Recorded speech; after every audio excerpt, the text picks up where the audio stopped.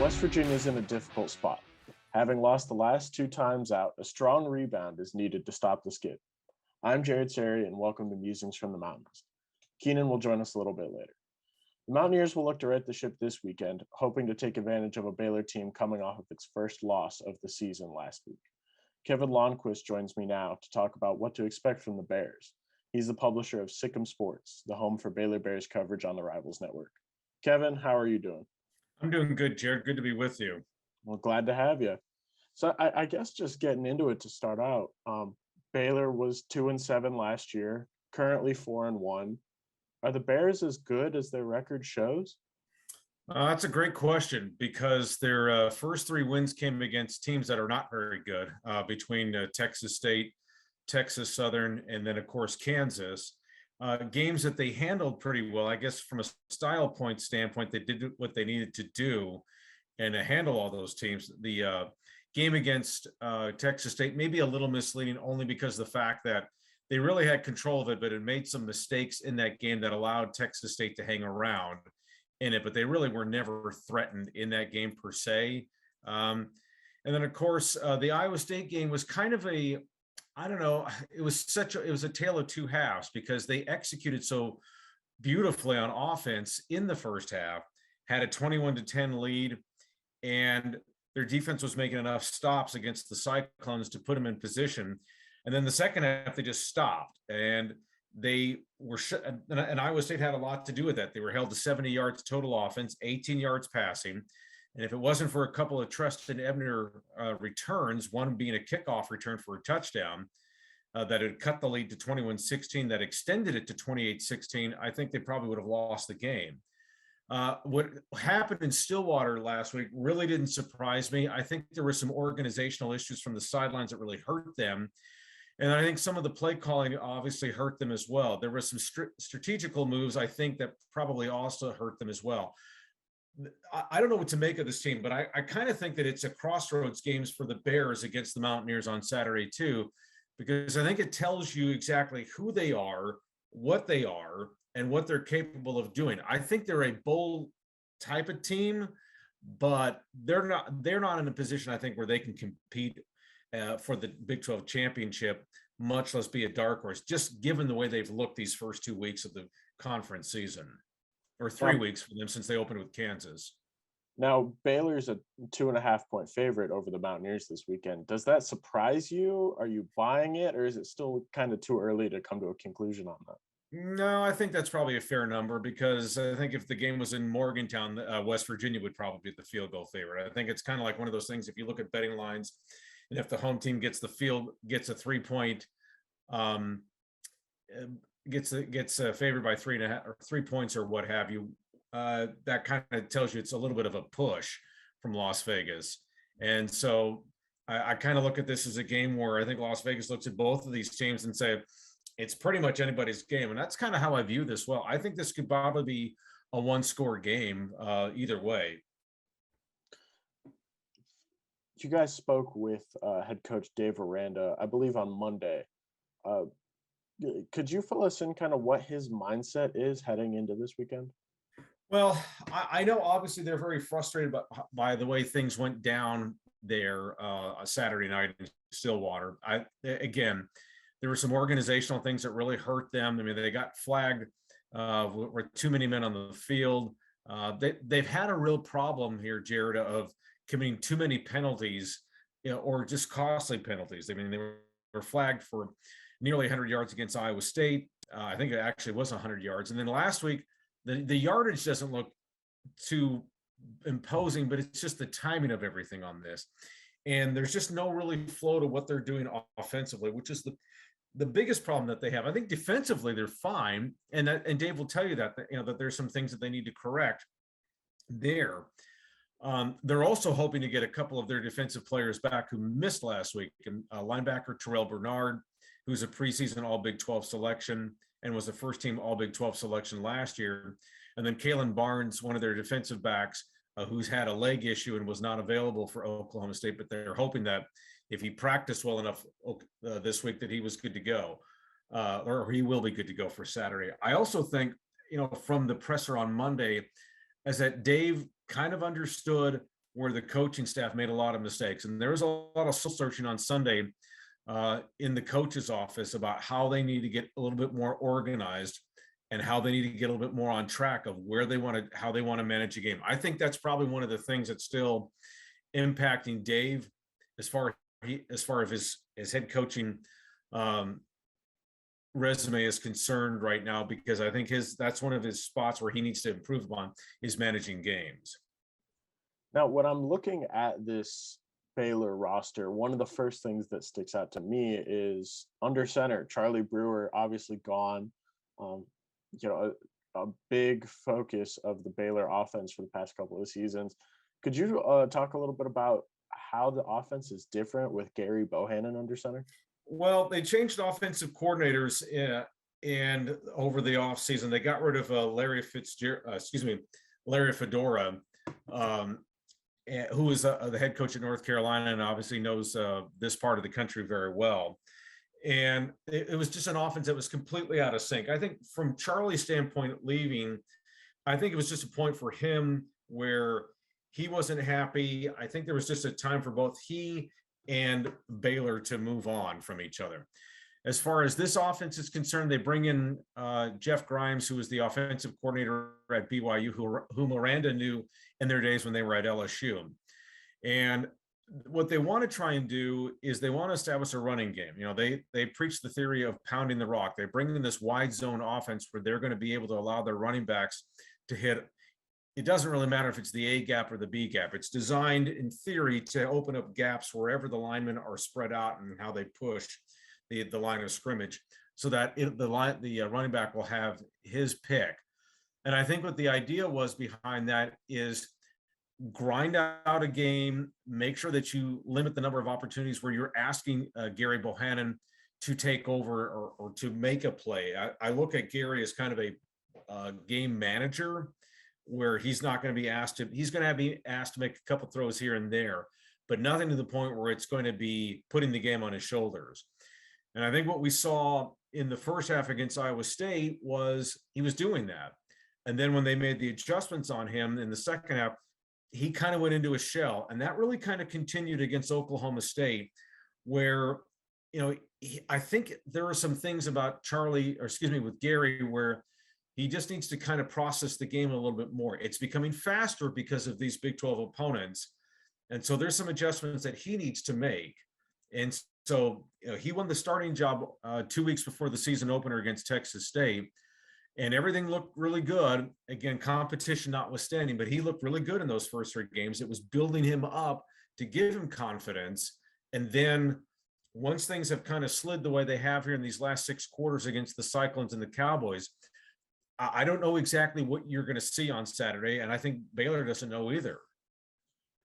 I'll tell you what, though. I think we would both agree, Kevin, that being an effective game manager is made a lot easier by having strong surrounding weapons. And Baylor has no absence of those. Currently the second best run game in the Big 12. But they also do have some talented wide receivers. What can we expect from guys like RJ Sneed, Tyquan Thornton this weekend? Well, Tyquan and RJ are probably the bell cows of this offense. RJ, I would call the alpha, even though he actually didn't catch a pass last week in Stillwater, but he's still a guy that Baylor needs to be a part of their passing game. Tyquan can be kind of like your playmaker, who can be your vertical threat on this. Now, as far as the Baylor running game is concerned, they've kind of divvied up the carries between Abram Smith, who came to Baylor as a running back, was switched over to linebacker when Matt Rule was there, and actually played pretty well there, especially toward the second half of last year when Terrell Bernard got hurt with a shoulder injury and couldn't finish the year. And then they switched him back this year to running back because they really needed somebody physical who could go north-south. And I think what the Baylor's running game is, as good as their numbers might look overall, they've really had some difficulty running it effectively here in these last 2 conference games. And I think it's really kind of incumbent upon the offensive line to get that push. That's probably the tip of the spear is the offensive line, where they've got to get a push. And they have 2 transfers in there that are trying to help them, in a Grant Miller, who transferred from Vanderbilt, and Jacob Gall transfer from Buffalo. And I think what Baylor has to do with this running game, Jared, is that they've got to figure out who they want to have the primary ball carrier. And I think that's what kind of hurt them in these last two games, is that they didn't commit to the run like they needed to, and it hurt them, especially in Stillwater. Minus one run by Abram. But my personal thinking is that they've got to start committing, get back to the run. I made a comment on my site on Tuesday morning talking about where they were if you just looked at their box scores against Iowa State and Oklahoma State, you would say play-wise looks great. Everything looks fine. And they were about as balanced as you want to be on this and that sort of thing. But the problem is that you don't have, you're too evenly distributed with your carries, and you're not establishing one of the backs above the other, or just establishing your running game and committing to it. And I think that's where they kind of lost a little bit of their identity here. Switching gears over to the defense, somebody who I've really enjoyed watching over the past couple of weeks is defensive back Jalen Petrie. Can you talk a little bit about his role and what he brings to that Bears defense? Jalen's a great emotional leader. The great story on Jalen was, he was the only member of the 2017 class that remained committed to Baylor when Matt Rule arrived. And it was a time, of course, where Baylor was going through the early stages of the sexual assault scandal, when Art Browse had been fired. Jim Grobe had been asked to take the 2016 an interim role, and commits were bailing left and right, except for Jalen. And Jalen just kind of stuck to the course, just believed in what he wanted to believe in as far as what his faith in Baylor figuring it out was all concerned. And he's worked his tail off to be the star position player for them. Last year he had two pick sixes in games against Iowa State and Texas Tech. And he's kind of one of those unheralded leaders for this defense. And I don't know where they would be without him, but I think he's been kind of a trigger man for how well the secondary has developed behind him, with the likes of, as I mentioned, Kalen Barnes, and then their safeties with Christian Morgan and JT Woods, and then the other defensive back, Raleigh Texada. Great leader for this team. And you mentioned Terrell Bernard earlier. So similar question on that front. His absence, what's it been, last game and half of the Iowa State game? Correct. Yes. What's that absence been like for Baylor? Is it noticeable? Yeah, to an extent, because of again, like Petrie, he brings a lot of leadership qualities. It's been fun to watch Terrell over his career because he plays so doggone hard, but he's had so many injuries in his career that have just cost him season after season. This year it's the knee, where he looked like he clipped in a meniscus, and that's why they held him out of Oklahoma State, and they're hoping that they can get him back for West Virginia.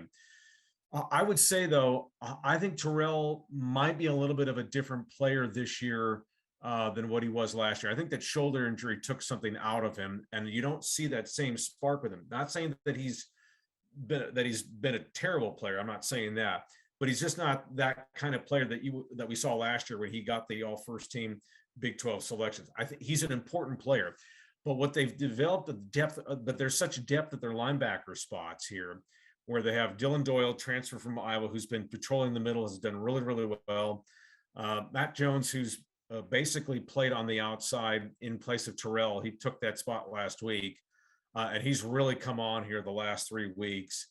And then the Ashton Logan, who's taking what they call their jack position, a guy that you can stand up as a defensive end, or you can drop him back into coverage, that sort of thing, where he's been a bona fide starter over the last couple of years. And so he provides a lot of quality play from that position. I think their linebackers are probably, I would say, are kind of in a tie in terms of their quality of their talent between them and the secondary. Overall, what does this defense do well? Well, they turn you over, that's for sure. They had 3 interceptions against Spencer Sanders last week. Unfortunately, they weren't able to capitalize on them. I mentioned JT Woods. He already has 3 turnovers created by himself through the first 5 games. He's returned 2 of those for touchdowns. Had a pick 6 against Texas State. Had a fumble return against Texas Southern that covered 97 yards. And then, of course, he had the pick last week in Stillwater. Raleigh Texada got a pick last week in Stillwater. Dylan Doyle got a pick last week. So they like to turn people over. I think they're a pretty good run stopping team overall. I don't think they've really been pushed too hard in terms of the passing game, just because of what we've seen so far. I thought Iowa State's game plan was a little bit mysterious and why they didn't try to attack them a little bit. I think they might have given Baylor secondary too much respect there and didn't take some chances on it. And then Oklahoma State's passing game, I just think, has been kind of a mess for the whole year anyway up there. But I think this is a really good run defense with the pass defense to go to boot. And I think their goal basically is that if they can keep somebody within 24 points or less, they're usually going to give themselves a chance to stay in it or win it. Yeah, that's a perfect segue into these last couple questions here. I have two that kind of run together. How does Baylor win this game, and how does Baylor lose this game? Well, okay, so I think from a winning standpoint, I think they've really got to establish the running game. Like I said, between Abram Smith and Treston Ebner. Personally, I'm not the coach, of course, but personally, I think they've really got to get Abram Smith going here. And I think they've got to try and get the running game going to the point where they can accept a 3rd and 4. I also think they need to they've got to stop committing a lot of silly penalties, Jared. That's one of the big things that's hurting them. They got away with it in the first 3 games because of the opponents that they were playing. They didn't get away with it last week in Stillwater, and I don't care if West Virginia is coming to McLean Stadium. You keep doing that in the Big 12, and it's going to cost you. I mean, this offense is not structured to part, in my view, where if it gets behind by 10 points or more, it's got a problem. So they've got to keep even, if not ahead of the Mountaineers throughout this game. And if you have a penalty if you have a holding penalty that just holds you back or kills a drive, that's just taking it away from you. I think defensively, I'm sure they're going to have to try and get a little bit of a better pass rush going on Jared Dagey. He's probably going to be the best passing quarterback that they faced to this point this year. And then it comes down to field position and making smart decisions if the game is tight going into the 4th quarter, and just making the right plays to come away with their 5th win of the season. As far as losing the game is concerned, again, it goes back to if they just commit a lot of penalties and they can't get the running game going, and Bohannon just cannot get anything moving. And I think the one thing that I've noticed in these 2 games against Iowa State and Oklahoma State is that when there's a pass rush on him, I don't think Gary has great pocket presence to understand how to step up or sidestep a rush or anything like that. So if they collapse on Gary, I think he's going to have a problem, and that could be the difference in the game as far as West Virginia coming out of there with a road win. Now, last thing here, how do you see it playing out? What's your prediction? Well, I think Baylor is going to find a way to win this, something to the neighborhood of like maybe 21-17. And I know that's probably not what West Virginia fans want to see based on how these last 2 weeks have ended for them against OU and Tech. But the other thing for me is that, I want to know where West Virginia's at mentally because of how they've taken these gut punching losses in the conference race. And do they have enough resolve to go on the road, because they're going back to back to Baylor and then to TCU next week, of how can they deal with this? And can they, now they've done a pretty good job of playing Baylor in Waco. There have been some really interesting games over the years here. And it's a weird series too, because because Baylor's never won up there, never won in Morgantown. And then West Virginia's has only won once down here in Waco. So it's kind of an either or series. But I'm going to pick the Bears, like I said, 21-17. And it's probably going to be decided in the 4th quarter by either a play, a score, or a defensive stand. Yeah, here's hoping it's a good one to watch. I know many of us up here in Morgantown didn't particularly enjoy sitting through West Virginia's game last week. I got to agree with you. Pretty even matched on paper, but who knows? That's why they play a game, to determine the winner. Yeah, absolutely. Probably going to be determined by, like I said, 5 or 6 plays could determine how this game turns out. I think you're right on with that. So for more on Baylor, follow Kevin on Twitter at Baylor Rivals, or check out SicEmSports.com. Kevin, as always, thank you for joining us. My pleasure, Jared. Thanks for having me on, and look forward to Saturday between the Mountaineers and the Bears.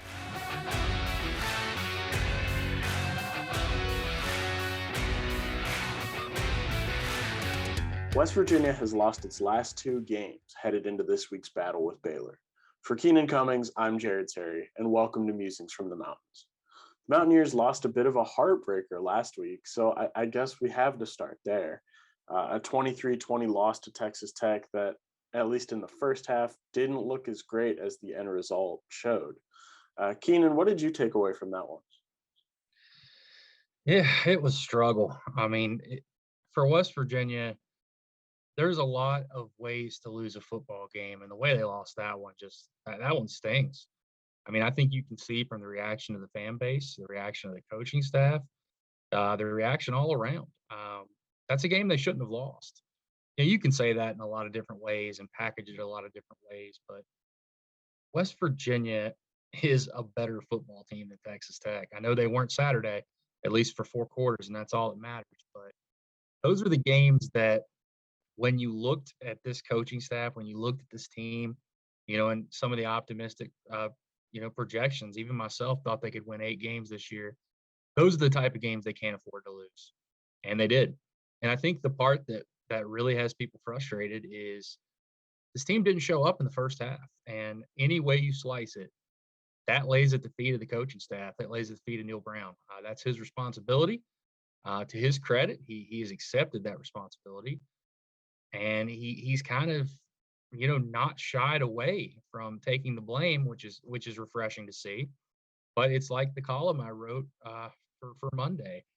Apologies and accepting blame can only go so far. In year 3, there has to be results on the football field. And losing that game the way they did, compounded with the start against Maryland, what happened with Oklahoma, almost giving away the Virginia Tech game, it's reasonable to see that people are shaky right now.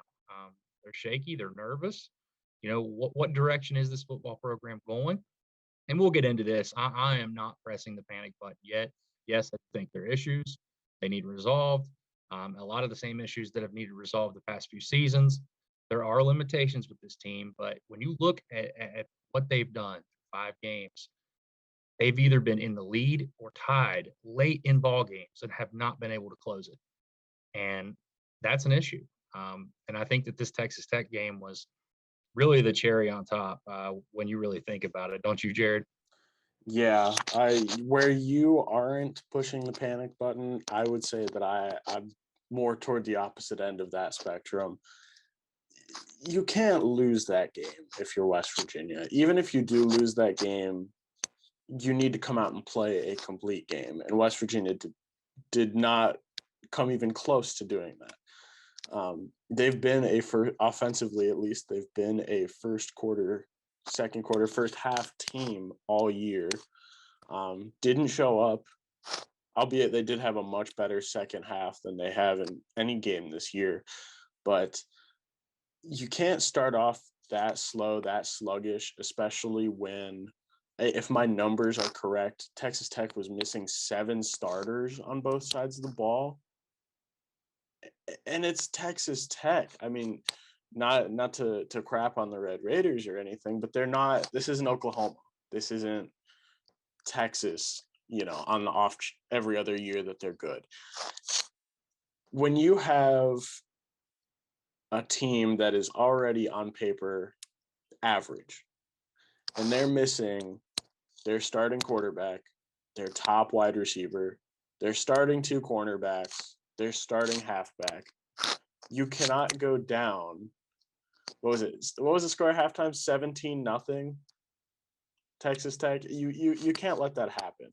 And I guess part of the reason I'm pushing the panic button is, we've seen that Neil Brown has this allegiance to Jarrett Doege, which, I understand part of it. I really don't understand a whole lot of it.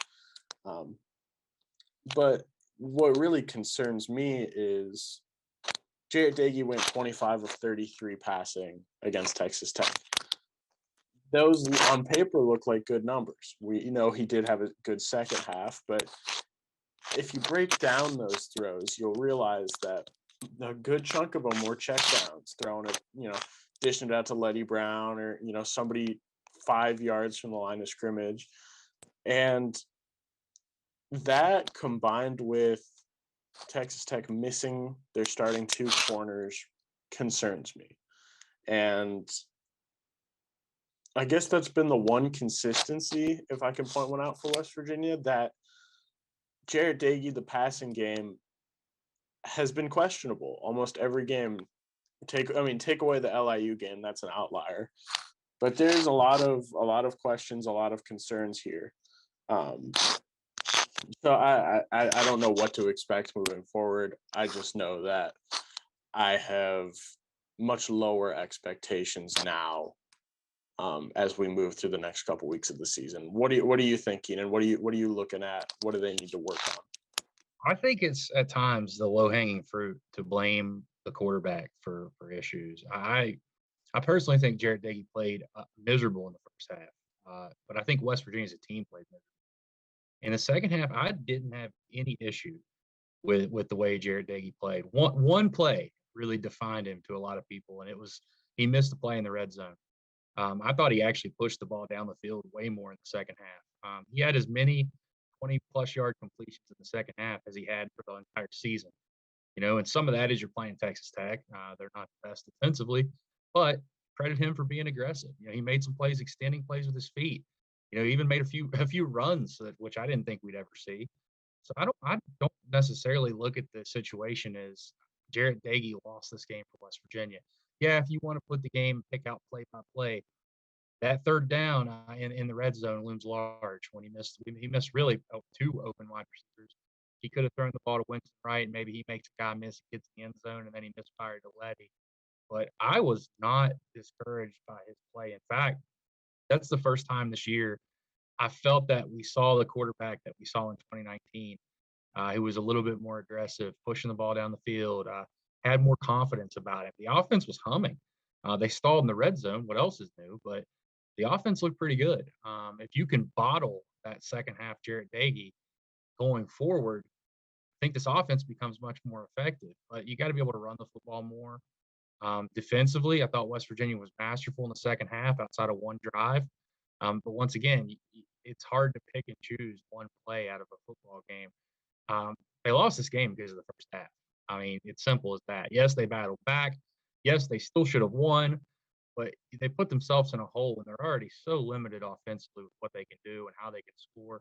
And something that I've noticed about this team really since the first game, if they get off schedule or get behind the sticks at all, it's a struggle. I mean, it's a struggle for them to score. It's a struggle for them to move the ball. They really get out of rhythm. They become predictable at times, which obviously you don't want to do when you have limitations to begin with. So I'm not pressing the panic button. I'm really not. I know it seems like maybe we are a little bit. I know obviously you are, but maybe I am a little bit. I've had some people send me some messages about the column I wrote. Nothing I wrote there is not the truth. I mean, I think Neil Brown, he would agree with that. He's pretty much agreed with everything that I've said in his own press conferences without referencing the article I wrote. But it falls at the feet of Neil Brown.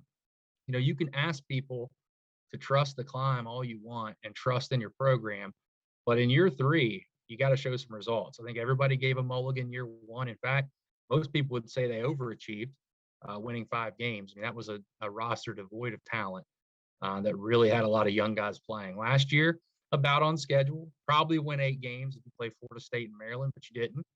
You have to settle for 6. And then this year, I think the thing that's just got people off track, and I don't want to say doubting at this point, but definitely concerned, is you're seeing a lot of the same issues that you saw a year ago that were supposed to be the emphasis, that were supposed to be fixed up. Timeout issues. Although Neil Brown disagrees with this, I do think that's an issue at times. Getting the play call in, getting up to the line, a lot of window dressing, trying to change things. It cost them the game against Texas Tech. And Jared, you know this. I mean, I've been telling you this pretty much every game in the press box. That was going to cost West Virginia a game at some point, and it did. I think that's been an issue. Some of the miscues, some of the easy execution things that have to be taken care of. That's what frustrates people. Penalties, lack of an attention to detail. That was supposed to be a strong suit of this coaching staff. So if anything, I'm not sure it's the loss necessarily that burns people up. It's the way this team is finding ways to lose games. It's almost like They become their own worst enemy in a sense, and you have to look in the mirror. You're 2-3 right now. I still firmly believe, I said this after Oklahoma, and I'll say it right now. There isn't a game on the schedule that West Virginia can't win for the remainder of the season. But there's also not a game they can't lose. Maybe Kansas. Maybe they could even beat Kansas sleepwalking. But there's a lot of variables there for any type of finish right now, and it comes down to this team putting it together and playing a full 60 minutes, which outside of Long Island, and I don't think we could really count them because it's probably the worst team, at least that I've ever seen play at Mountaineer Field. You haven't put one together, and you haven't at all. And you have a chance here, though. The good thing about college football, outside of your bye weeks, is you get a chance every week. And for as pissed off and frustrated as everyone associated with the program, it's not just the fans. You can see, I know you saw it today. It's been 3 or 4 days after the game, and Neil Brown still looked pissed off. I think that everyone's upset, but you get a chance against a Baylor team that we don't really know what Baylor's about. Yes, they beat Iowa State, but how good is Iowa State right now? I don't think we know. So we'll see. I think this is a major, major week for the program for a lot of reasons. I don't think make or break. I think must win is thrown around too often, but if West Virginia can go out and put together a game and clean up some of these issues that have absolutely been driving people nuts, I think you can change the narrative a little bit. And I'll be interested to see if it happens, because I feel like for the first time, maybe that's not fair. Probably before Virginia Tech was very similar, but the lust of that is already wore off, obviously. But there's some pressure on Neil Brown to go out and have this team ready to perform. And really, I think it's fair to say that hasn't been the case for most of his tenure. Yeah, now looking ahead to this weekend, Keenan, obviously the Mountaineers will be taking on a 4-1 Baylor team. They've looked pretty strong to open the season. They knocked off a ranked Iowa State team 2 weeks ago. They did lose to number 12 Oklahoma State last weekend, but I think we would all agree that they're, positioned toward the top of the conference. Could you just elaborate a little bit more on, what kind of things you're looking for out of West Virginia? And do you think they can execute efficiently against a Baylor team like this one? Well, I think they've got to play well. I know that sounds so simple and so easy to do, but they've just tripped over themselves. You go back and look at this season. How many times is West Virginia? They haven't just shot themselves in the foot. They've blown their foot off in critical situations over and over and over. And I think people just want to see a clean football game for 4 quarters. Obviously, you want to win. I think the pressure is on to win now. You've kind of thrown out all your goodwill losing to 2 teams you probably should never have lost to in Maryland and Texas Tech. I don't think anybody's going to be upset about losing to Oklahoma. I know there was that narrative going around that Oklahoma wasn't very good at football, but I think you saw on the road at Kansas State, they can score. So I think that those two losses are going to haunt this coaching staff for the rest of the year unless they find a way to win some games. West Virginia has not won a road game since 2019, the TCU game, the Isaiah Isdale catch in the end zone. That's a long time. Granted, they only played 4 road games last year, 2 this year, but that's a long time. You got to go on the road, show that you can play well, put 4 quarters together, and really just get out of your own way. That is not in no way am I saying that West Virginia is absolutely responsible for all their defeats. I'm not, but they haven't helped themselves. And when you have limitations that they have, which I think are obvious, it was obvious to most of us at the starting of the season. I think the biggest shock to me is the offensive line play in general. At times it's been good, at times it hasn't. And I really thought that would be an area that improved. I thought Daggy, I don't want to say I was drinking the Kool-Aid, but from what we saw in fall camp, granted there was no pass rush, he looked much more confident, much more accurate, and that guy hadn't been there until the second half last week. That's the first time I've seen Daggy look like he did at times, which made me think that they can win football games with him as their quarterback. I am not of the belief that West Virginia has to panic and play for next year already. There's a lot left to play for this year. We're 5 games into the season. There's been plenty of teams do this before. One of Rich Rodriguez's probably better teams he's had here in 2003 started off the season miserable, and they ended up turning it around and playing in a Gator Bowl. So there's a lot of football left. If this was a disaster, I would agree with some of those takes. It's not. It is in the sense that we're seeing a lot of the same mistakes, and that is on the coaching staff. There's no other way to cut that. I mean, that is on the coaching staff. But some of it's been execution. Against Oklahoma, I thought they schemed things up well to win that game, and when it come down top of it, it wasn't executed. It goes hand in hand, but finding a way to kind of reverse that and put together a full 4 quarters and play against a Baylor team, which yes, they've started the season off hot, but it's much like I felt against Virginia Tech. I mean, what are they right now? We know they run the football well. We know they have some outside playmakers that can catch splash plays. Defensively, they're pretty good. But what are they? I don't really know yet. I don't really know what West Virginia is yet. I do know they're inconsistent, but there's a lot of questions left with this team moving forward that really Neil has to answer. He's accountable for it. Yeah, it's God. I having been raised a Cleveland Browns fan, I understand what struggle is like, and I feel like West Virginia, albeit yes, there's plenty of time left in the season. I feel like the Mountaineers are in a very similar position to those mid 2000s Cleveland Browns teams. They're just kind of exactly like you said. They're blowing their own foot off. The execution is a problem, and it's always a challenge. You can't just say execute better, but West Virginia hasn't really shown a whole lot in that area to give you faith. Heading into this week, I completely agree that Baylor is similar to Virginia Tech. You really don't know what you're going to get from them. But to their credit, they have looked strong. They don't give you many reasons to bet against them. Especially Treston Ebner, the running back, is back. RJ Sneed, wide receiver, who's been here for been at Baylor for about 1,000,000 years now. And that's just on offense. Defense, they've got a bunch of playmakers. Terrell Bernard has missed some time, but he might be back this weekend. Jalen Petrie, another one out in the secondary, has been a solid player as of late.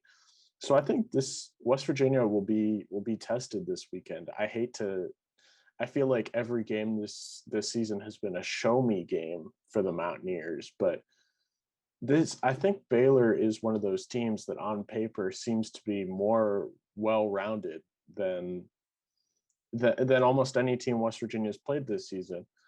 Keenan, when you look at Baylor's roster, kind of what sticks out to you? I know you did mention briefly the run game is kind of a priority for them.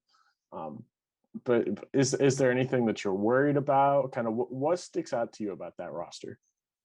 And I think West Virginia matches up pretty well with what they want to do for the most part. They use a lot of tight ends. They try to run the football, a lot of safe throws. If they catch you slipping, they'll go over the top. I think it's a pretty good matchup on paper, and I know Vegas feels the same way. The spread definitely surprised a lot of people. I think it was Baylor favored by 2. Usually the home team gets 3 points. So I think it'll be interesting really to see how West Virginia responds. I expect West Virginia to come out much more focused and play a much better football game. Kind of like you saw in the first half against Virginia Tech.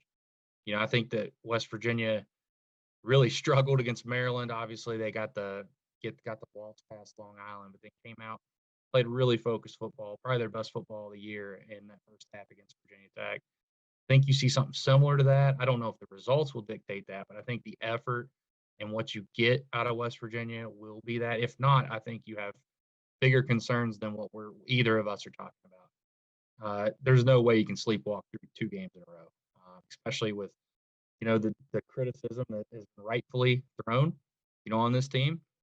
I fully expect they're going to come out ready to play. I think West Virginia matches up pretty well. The offense, the defense, I think they got to take care of the football, continue to run the ball effectively, and really just be efficient when they throw the ball. They don't necessarily have to, throw the ball over the yard, but they got to hit throws when they're there. Guys have to make catches when they're there, and they got to continue to string some things together and stay ahead of schedule. So overall, I think that on paper this is a pretty close matchup, even despite the records. I don't think records really matter that much this early in the year, but I'm interested to see how West Virginia responds. I very firmly believe, if you've read the 3-2-1, you already know how I'm going to predict this game. I very firmly believe that West Virginia is going to come out ready to play. Whether that's enough is a different story altogether. I guess we're going to find out a little bit about the moxie of this football team and where Neil Brown is at when it comes to leading them and getting them back on the right track.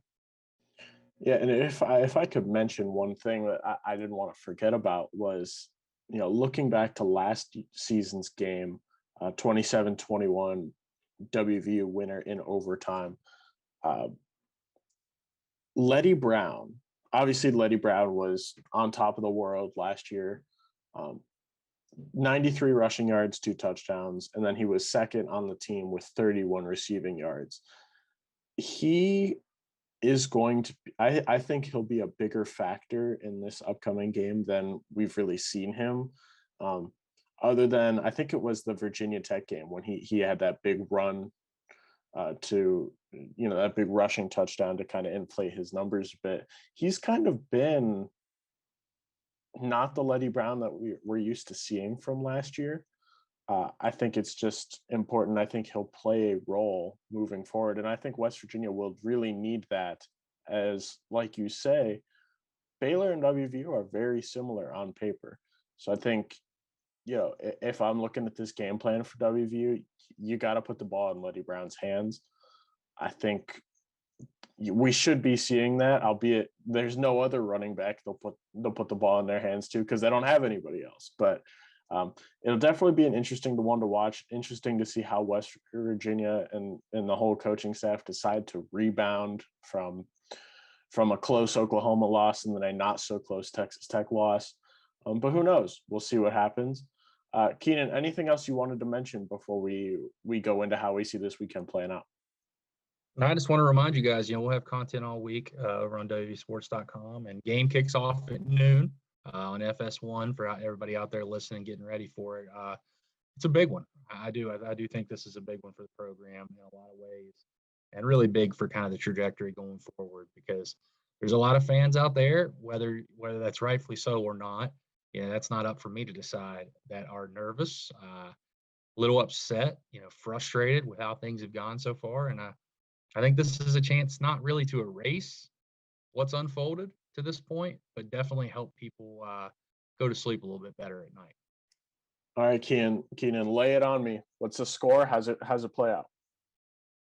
I'm taking West Virginia, and this might be the last time I do this if they let me down again, because I have been pretty good with those game predictions since I started doing the 3-2-1, and they've let me down 2 times already this year, twice, which I think that's more than the game predictions for football that I've missed in the last 2 combined. So I've had a bad read on this one. I really am surprised by the way they've been unable to execute in critical situations and really kind of win football games. More often they've tried not to lose them instead of winning them. And I think this week things change. I really expect that they're going to come out and be ready to go and give this the matchup on paper. I think is very favorable for West Virginia. If they're ready to go, I think West Virginia's defensive line is the strong point of that defense, and the Packers have not played awful, but they've been able to fill holes. So I think West Virginia's going to win. I hope they win. For the sake of the blue lot, people might burn it down if they don't, or maybe apathy kicks in, which is even worse. So West Virginia, a close one. I think this is a game they're going to have to grind out. I'd say 28-24. Yeah, I got to go with you on this one, Keenan. As much as, for all of you who read I got 5 on it from this weekend, you'll know that I am not happy about watching this football team. I think, knowing this team, knowing Neil Brown, knowing the characters and the personalities that the Mountaineers have, I don't see them sitting around and sulking about it.